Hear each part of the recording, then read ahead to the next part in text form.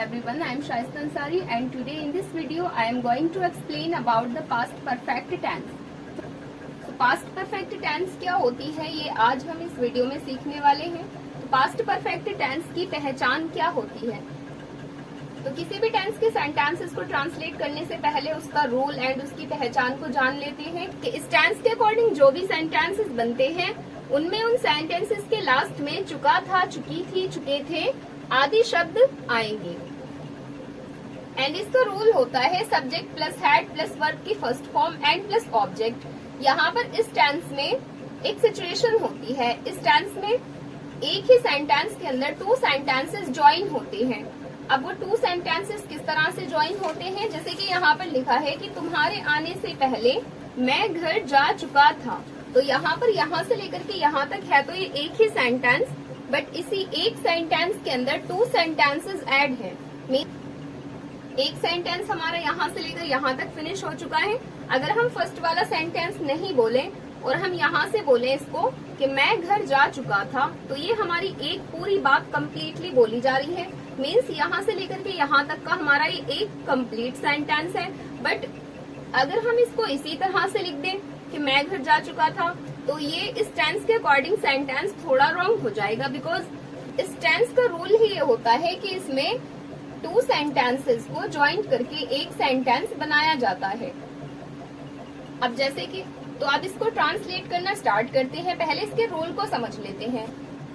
इस टेंस के अकॉर्डिंग जो भी सेंटेंसेस होते हैं उसमें टू सिचुएशंस होती हैं। उसमें एक तो यूज होता है बिफोर वर्ड या फिर होगा आफ्टर वर्ड यूज। जैसे इसमें है तुम्हारे आने से पहले, यहाँ पर ये भी हो सकता है कि तुम्हारे आने के बाद मैं घर जा चुका था। तो यहाँ पर टू सेंटेंसेस को ऐड करने वाले टू वर्ड्स होते हैं, या तो से पहले या फिर के बाद में। ये टू वर्ड्स टू सेंटेंसेस को आपस में ऐड करते हैं। इसके रूल को समझ लेते हैं कि इसमें रूल क्या है। तो इस टेंस का रूल है कि पहले इसमें सब्जेक्ट यूज होगा, देन हैड यूज होगा, इसमें हेल्पिंग वर्ब, इसमें हेल्पिंग वर्ब ऑल सब्जेक्ट्स के साथ में कंपलसरी होगा, एंड वर्ब की थर्ड फॉर्म यूज होगी, देन ऑब्जेक्ट यूज होगा। उसके बाद प्लस यूज करेंगे बिफोर, प्लस के बाद बिफोर यूज होगा। आफ्टर वाले सेंटेंस का रूल थोड़ा डिफरेंट होता है। तो आफ्टर वाले रूल को हम नेक्स्ट वीडियो में समझेंगे। अभी इस वीडियो के अंदर मैं बिफोर वाले सेंटेंसेस बताने वाली हूँ। एंड सेकंड सेंटेंस है हमारा सब्जेक्ट। सेकंड सब्जेक्ट जो भी होगा इसमें सेकंड वाले सेंटेंस का सब्जेक्ट आ जाएगा, देन वर्ब की सेकंड फॉर्म यूज होगी सेकंड सब्जेक्ट के बाद, एंड उसके बाद सेकंड ऑब्जेक्ट यूज हो जाएगा। तो ये हुआ हमारा सेकंड सेंटेंस। अब यहाँ पर देखते हैं कि इसमें से फर्स्ट सेंटेंस कौन सा होगा एंड सेकंड सेंटेंस कौन सा होगा। तो इसमें जो भी सेंटेंस के अंदर जो भी काम पहले हुआ है उसको पहले ट्रांसलेट किया जाता है। जैसे कि यहाँ है तुम्हारे आने से पहले मैं घर जा चुका था, मीन्स तुम बाद में आए, पहले मैं घर जा चुका था। तो इसका सेंस कुछ ऐसे बन रहा है। तो इसका मतलब यहाँ पर इस सेंटेंस के अंदर दो काम हुए हैं। जो काम पहले हुआ है उसको पहले ट्रांसलेट करेंगे, एंड जो काम बाद में हुआ है उसको हम बाद में ट्रांसलेट करेंगे। तो फर्स्ट काम इसमें ये वाला हुआ है कि मैं घर जा चुका था। दैट्स मीन यहाँ पर हमारा फर्स्ट सेंटेंस यही होगा। तो पहले हम इस सेंटेंस को ट्रांसलेट करते हैं, बिकॉज ये हमारा फर्स्ट सेंटेंस हुआ, इसमें काम पहले ये वाला हुआ है। तो जो भी काम पहले होता है वो हमें फर्स्ट सेंटेंस में ट्रांसलेट कर लेना होता है। तो सबसे पहले हमें सेंटेंस का यूज करना होगा सब्जेक्ट। यहाँ पर सब्जेक्ट है आई, एंड उसके बाद हेल्पिंग वर्ब यूज करेंगे। हेल्पिंग वर्ब है हमारा had. Now we have to add here the third form of verb, and in the sentence the word is go and gone is the third form of go. go की third form use करेंगे यहाँ पर, because जाने को English में go बोलते हैं and go की थर्ड फॉर्म gone होती है। एंड उसके बाद हमें सेंटेंस का ऑब्जेक्ट यूज कर लेना है। तो इसको लिखेंगे टू होम। बट अभी यहाँ पर हमारा सेंटेंस कंप्लीट नहीं हुआ। यहाँ हमारा ये फर्स्ट वाला जो वर्क था वो कंप्लीट हो चुका है। एंड अब आ जाते हैं यहाँ पर बिफोर पे। एंड अब उसके बाद हमें यूज करना होगा बिफोर, बिकॉज सेंटेंस में यहाँ से पहले वर्ड यूज हुआ है। तो से पहले के लिए बिफोर वर्ड यूज होता है, एंड इसको सेंटेंस के बीच में पुट किया जाता है। अब जो काम हमारा बाद में हुआ है उसको हम यहाँ पर बाद में ट्रांसलेट करेंगे। सो सेकंड वाला सेंटेंस है हमारा यहाँ पर कि तुम्हारे आने। इसमें इस सेंटेंस सेकंड सेंटेंस के अंदर हमारे पास ओनली टू वर्ड्स हैं। इसमें कोई ऑब्जेक्ट नहीं है, तो सिंपली हमें सेकंड वाला सब्जेक्ट यहाँ यूज कर लेना है। तो सेकंड सब्जेक्ट ये तुम्हारे जो वर्ड है, बिकॉज ये एक सब्जेक्ट है, अगर कोई भी इस तरह का word as a subject use हुआ हो तो हम उसके लिए योर वर्ड यूज नहीं करेंगे। इसके लिए हमें यूज करना होगा यू, बिकॉज यू को ही ये वर्ड बोला जा रहा है। एंड उसके बाद यूज हुआ है आने। आने क्या वर्ड है? आना इसमें एक वर्ब है एंड वर्ब की हमें यूज करनी होगी सेकंड फॉर्म। सो आने को इंग्लिश में बोलते हैं कम, जिसकी सेकंड फॉर्म होती है came. And there is not any object in the second part, so this will be a complete sentence. And in the next sentence में भी हम देखेंगे यहाँ पर क्या। नेक्स्ट सेंटेंस में भी हमारे यहाँ पर एक सेंटेंस के अंदर टू पार्ट्स यूज हुए हैं, बिकॉज इस एक ही सेंटेंस में यहाँ दो काम हुए हैं। अब यहाँ पर क्या लिखा है? मेरे आने से पहले तुम बाजार जा चुके थे। यहाँ पर आने का काम बाद में हुआ, पहले तुम बाजार जा चुके थे। किसी भी सेंटेंस में से हमें पहले सेंटेंस का वही पार्ट यूज करना होगा जो काम हमारा पहले हुआ है। तो ये काम हमारा पहले हुआ है, इसका ट्रांसलेशन हम पहले करेंगे। तो यहाँ पर लिखा है तुम बाजार जा चुके थे, तो इस सेंटेंस का सब्जेक्ट होगा हमारा यू। एंड यू के साथ में तो सब्जेक्ट हमारा यहाँ पर यूज हो चुका है। And now we have to use here this helping verb had. And now verb third form. अब इसमें से देखते हैं कि वर्ब क्या है। तो यहाँ पर वर्ब है जाना, जिसको इंग्लिश में बोलते हैं गो। एंड गो की थर्ड फॉर्म होगी गॉन टू। यहाँ पर कहाँ जाने की बात की जा रही है? यहाँ बाजार जाने की बात की जा रही है, तो इसको इंग्लिश में लिखेंगे मार्केट। एंड यहाँ पर हमारा ये सेंटेंस का एक पार्ट कंप्लीट हो चुका है। You had gone to market, तुम बाजार जा चुके थे। बट अब यहाँ पर हमारे पास ये सेकंड वाला सेंटेंस बाकी बच रहा है, तुम मेरे आने से पहले। तो यहाँ पर ये मेरे आने ये अलग सेंटेंस है। एंड ये जो से पहले है, ये से पहले एक ही सेंटेंस में इन टू पार्ट्स को ऐड कर रहा है। तो से पहले के लिए यूज करेंगे बिफोर। एंड उसके बाद है यहाँ मेरे आने।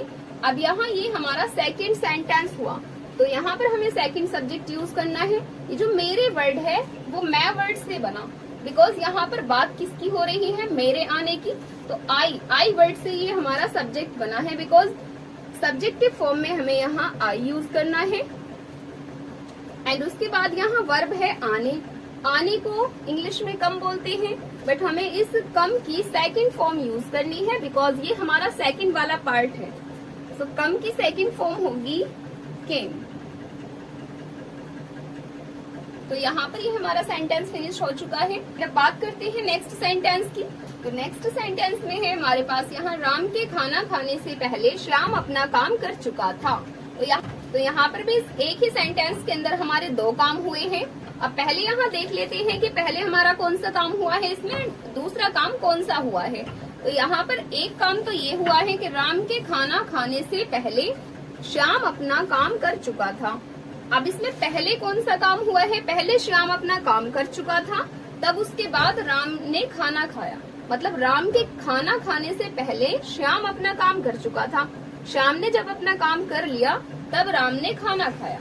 इसका मतलब सेंटेंस के अंदर जो हमारा फर्स्ट वाला काम है वो पहले ये है, एंड उसके बाद सेकंड वाला वर्ब सेंटेंस में ये वाला हुआ है। तो इसका ट्रांसलेशन करना स्टार्ट करते हैं। पहले फर्स्ट सेंटेंस का सब्जेक्ट लिखेंगे। इस सेंटेंस का सब्जेक्ट होगा श्याम, बिकॉज इसमें श्याम के बारे में बात हो रही है। एंड इसके बाद सब्जेक्ट के बाद हमें यूज करना होगा हैड। तो हैड एक हेल्पिंग वर्ब है, वो कंपलसरी है। एंड उसके बाद हमें वर्ब की थर्ड फॉर्म यूज करनी है।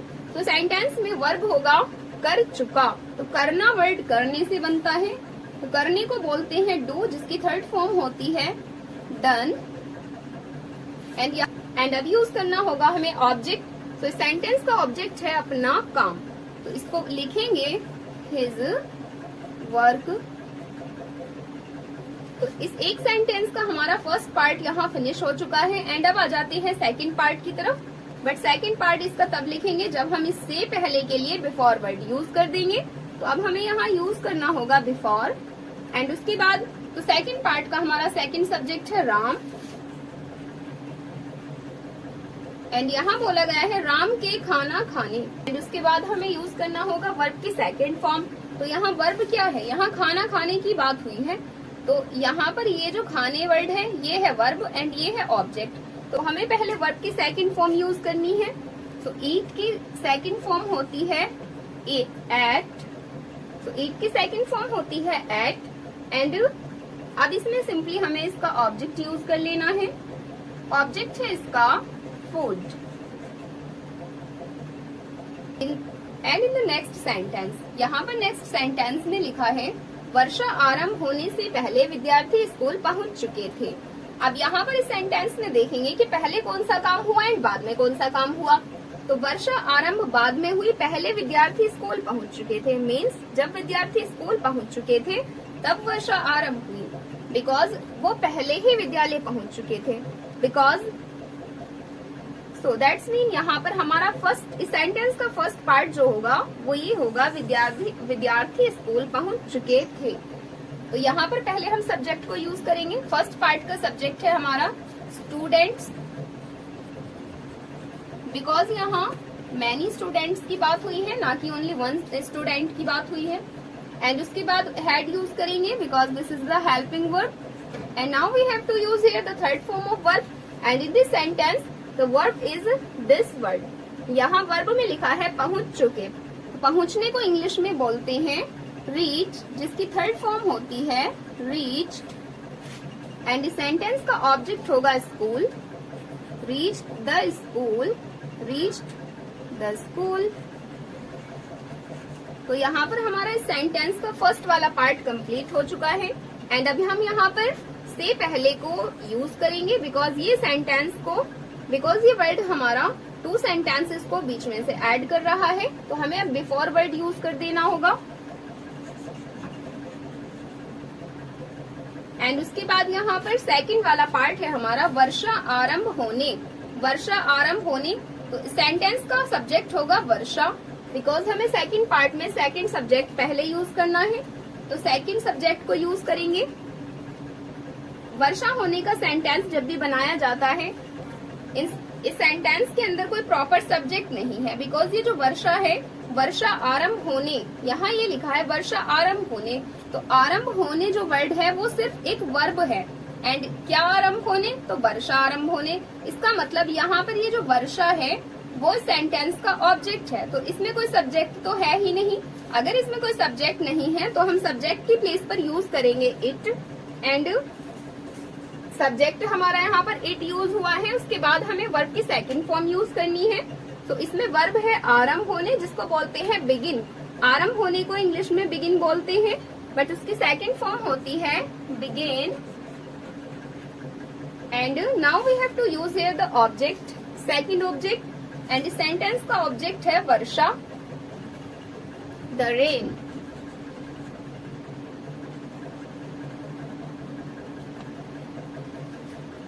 तो आज की इस वीडियो में ओनली इतना ही। आई होप आपको ये वीडियो पसंद आई होगी। अगर आपको ये वीडियो हेल्पफुल लगी हो तो प्लीज इस वीडियो को लाइक करें एंड इस चैनल को सब्सक्राइब करें।